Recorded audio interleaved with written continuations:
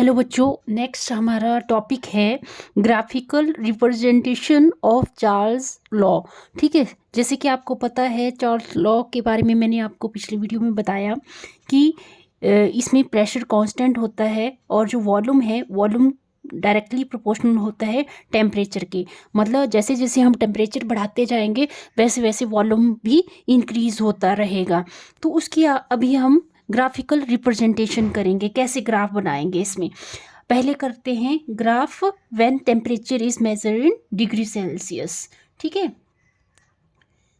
Graph when temperature is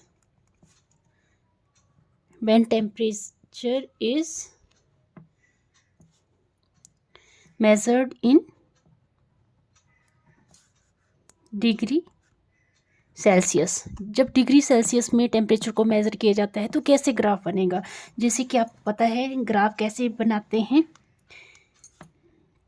ये 0 होता है, ओरिजिन होता है, और यहाँ पे ये वॉल्यूम होता है। मतलब इस साइड को हम क्या लेंगे, वॉल्यूम लेंगे, और इस साइड को हम टेम्परेचर लेंगे। ठीक है, और ये एक्स एक्सिस है, ये एक्स डैश बोल सकते हैं, ये वाई एक्सिस है, और ये वाई डैश एक्सिस है। ठीक है, अब कैसे बनेगा ग्राफ। इसमें यहाँ पे 100 डिग्री, 200 और ये 300। यहाँ पे नेगेटिव में 100, -200, -300। जैसे कि आपने लोअर क्लासेस में पढ़ा ही है कि ग्राफ को कैसे बनाते हैं। ठीक है, तो जैसे जैसे मान लो यहाँ पे जो टेम्परेचर है, टेम्परेचर यहाँ पे कैसे मीट हो रहा है। जब चार्ल्स लॉ के अकॉर्डिंग जो ग्राफ बनाया गया तो ग्राफ कुछ इस तरह से बना। मतलब यहाँ पे डॉटेड लाइन और ऐसे, मतलब ग्राफ तो स्ट्रेट लाइन बन रहा था। ठीक है, ठीक है, मतलब टेम्परेचर के साथ वॉल्यूम इंक्रीज हो रहा था। पर यहाँ पे जो ग्राफ था, ग्राफ कहाँ मीट हो रहा था, एट -273.15 डिग्री सेल्सियस पे, जिसको हम एब्सोल्यूट टेम्परेचर भी बोलते हैं। एब्सोल्यूट जीरो टेम्परेचर क्या बोलते हैं इसको, एब्सोल्यूट जीरो टेम्परेचर। ठीक है, तो ग्राफ कहाँ मीट कर रहा था, -273.15 डिग्री सेल्सियस पे। ठीक है, जैसे जैसे हम क्योंकि ये जो लाइन है पहले यहाँ से अगर हम पीछे को लाइन को क्या करते हैं, एक्सटेंड करते हैं। ठीक है, तो ये लाइन कहाँ मीट हो रही है, -273.15 डिग्री सेल्सियस पे, और ये ओरिजिन पे मीट नहीं कर रही है। ठीक है, तो उसके अकॉर्डिंग वॉल्यूम जीरो कहाँ पे हो रहा है, वॉल्यूम जीरो कहाँ पे हो रहा है, -273.15 डिग्री सेल्सियस पे।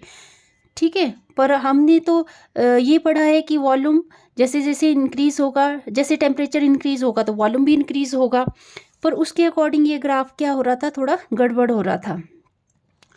तो इसका मतलब ये निकलता है, this means when gas reached absolute zero temperature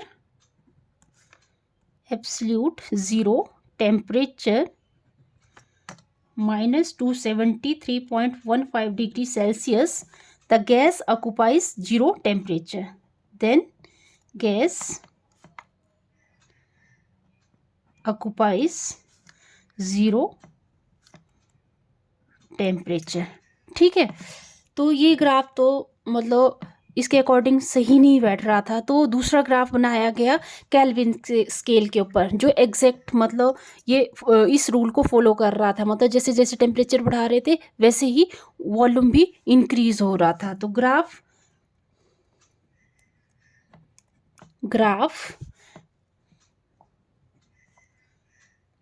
when temperature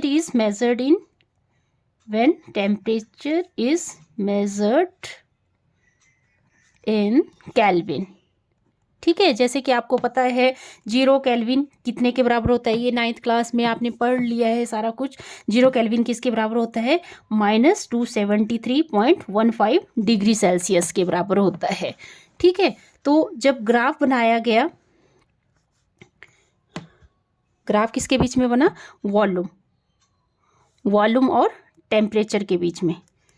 ठीक है, टेम्परेचर कैसे लिया गया, केल्विन स्केल में लिया गया, और वॉल्यूम किस में लेते हैं, डेसीमीटर क्यूब में लेते हैं।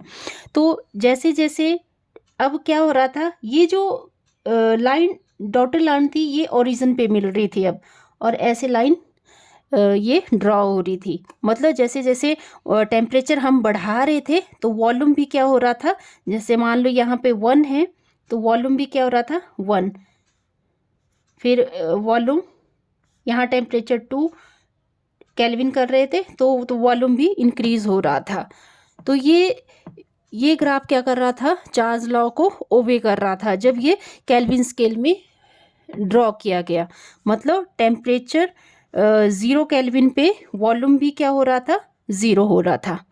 ठीक है, और ये ग्राफ क्योंकि इसमें प्रेशर जो था वो कांस्टेंट था। ठीक है, प्रेशर क्या है इस ग्राफ में, प्रेशर 0 है। तो ये ग्राफ, इस ग्राफ को क्या बोलेंगे, चार्ल्स लॉ के अकॉर्डिंग जो ग्राफ बना उसको बोलेंगे आइसोबार।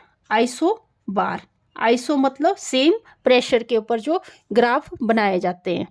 ठीक है, आई होप आपको ये वीडियो अच्छा लगा होगा। अगर अच्छा लगा तो प्लीज़ वीडियो को लाइक करें, शेयर करें, सब्सक्राइब करें चैनल को। Thank you.